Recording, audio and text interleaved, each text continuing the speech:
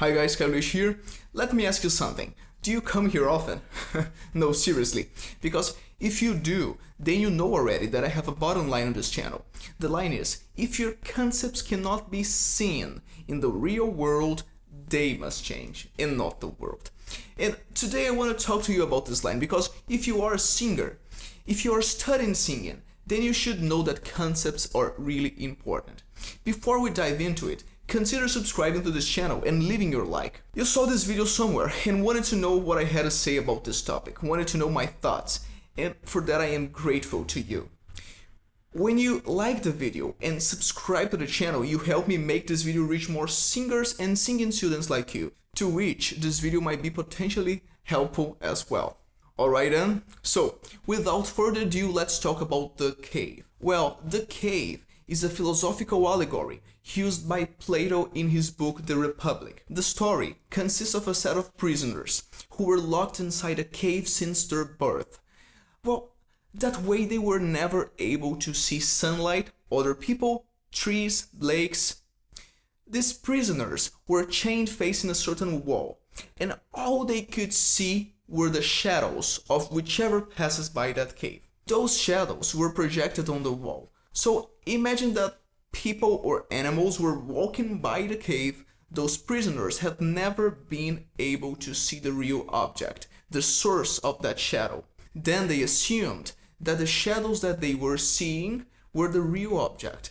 Okay, one day, suddenly one of those prisoners was freed. He was now able to go outside, and when he did, of course he felt quite disoriented by all that light, all those colors. Something must be wrong, he thought. These aren't the objects that I see. After some time, he finally got used to that new world, and he even had people explain to him that what he was seeing before were only shadows, and they appear according to the position of the light and objects. Well, now he finally understood, and he was amazed. Excited, he returns to the cave to share all his findings with his fellow comrades. He tells them everything about shadows, the new lights, the real objects, everything he saw outside. And then the prisoners thought that it was certain that the guy got crazy after leaving their safe place. He was talking all that nonsense, trying to convince them that the truth was not the one they were seeing. And naturally, they rejected his attempts to free them. Well, this allegory is quite famous in the world of philosophy and has been interpreted in different ways throughout history. Now, think about all the times that you really believed something and then you found out you weren't as right as you thought. That's actually the story of science life. In the realm of science, there are findings, people theorize according to them, coming up with explanations. But then maybe, sometime after, other findings can show that that explanation was not that accurate and should be revised. That's not bad. There's nothing wrong with it. Actually, the beauty of science is that it is alive. If we change the way we look at something, that might completely change our perception of the object we're looking at. Okay, so now let's think about voice. How many times you have been told, for instance, that there is a true voice and there is a falsetto? That's an Italian word that represents something that is false, that is artificial. And when we think about this term, it comes from a time that people believe that we have a true pair of vocal folds that we engage to speak, for instance, and a fake pair of vocal folds that we can use to create this artificial female voice. Then they thought, okay, since the female voice is already high, women do not have false vocal folds. So, if a man and a woman were performing a similar sound, it was said that the man was using the false vocal folds while the woman was using the true folds. By that time, they couldn't watch the behavior of a larynx in action. They didn't have cameras like we nowadays do to examine the work of the muscles as the singer is actually singing.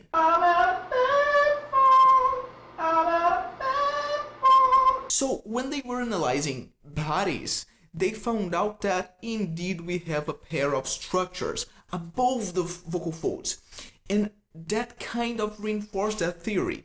But not so fast. There was a problem. Both men and women have this structure. We call it vestibular or ventricular folds, and some people still call it false folds. Please don't do that. Okay, but then we advance some centuries in time and we have the singer, voice teacher and researcher Manuel Garcia inventing the first laryngoscope in 1854. Suddenly, he was able to watch from the inside how those structures work.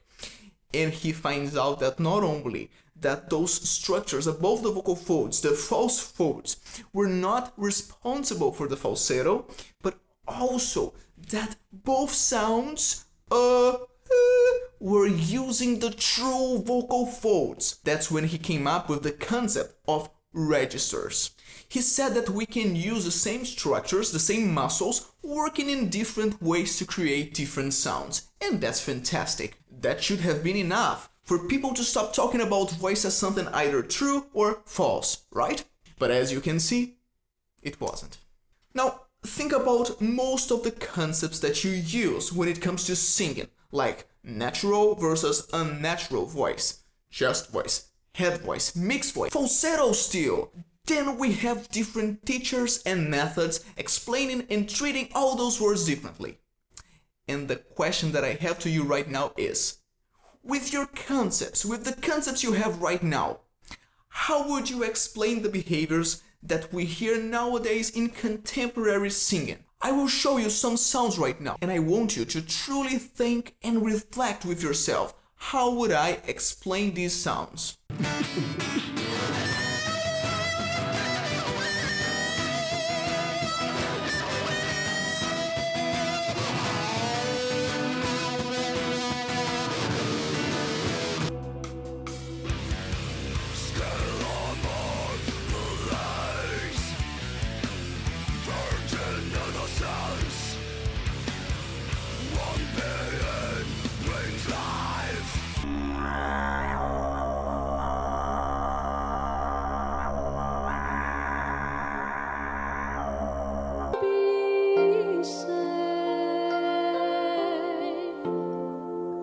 La luce che tu dai, I pray you will find your light, nel cuore resterà, in hold within our heart.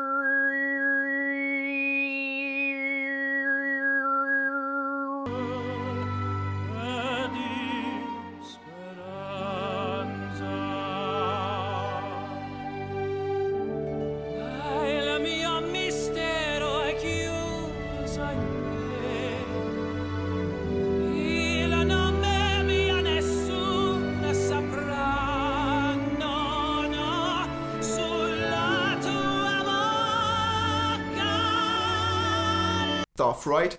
That's one of the reasons why, even though we have a good scientific work on singing voice, most of it is still on classical singing, because it offers us some regularities. And something tricky that we must be cautioned about is the temptation to think something like, okay, this is a head voice, but it is that singer's head voice, or this is something from her, from his voice. When we put cameras inside people's larynxes, we see that the structures are the same and they behave similarly when performing similar sounds. When it comes to my work as a voice teacher, I base my work on vocal anthropophysiology, which is a field of study that tries to explain those behaviors based on physiology, anatomy, and biomechanics. And this is something that I highly recommend to all singers and teachers. It doesn't matter that much if you call something a head voice, M2, or whatever. The important thing is understanding what's happening with the muscles when you hear a sound, when you practice and exercise yourself or with a student. Because when we do that, when we analyze the singing behaviors based on their physiology, then we do have tools to explain them. We can say, for instance, something like, oh yeah, the vocal folds were activated. Or you have a firmer sound because you are engaging more your lateral cricoid muscles, which are firmer. And even something like, that sound comes from lowering the soft palate, aiming a certain shape, and raising a bit the back of the tongue. Once you understand what's happening, you can think of names, but I highly encourage you not to do the opposite, not to start with names. After all, sometimes the concepts we have are like dirty glasses. They are not capable of making us see what's in the real world, maybe just shadows. And if your concepts cannot be seen in the real world, they must change, and not the world.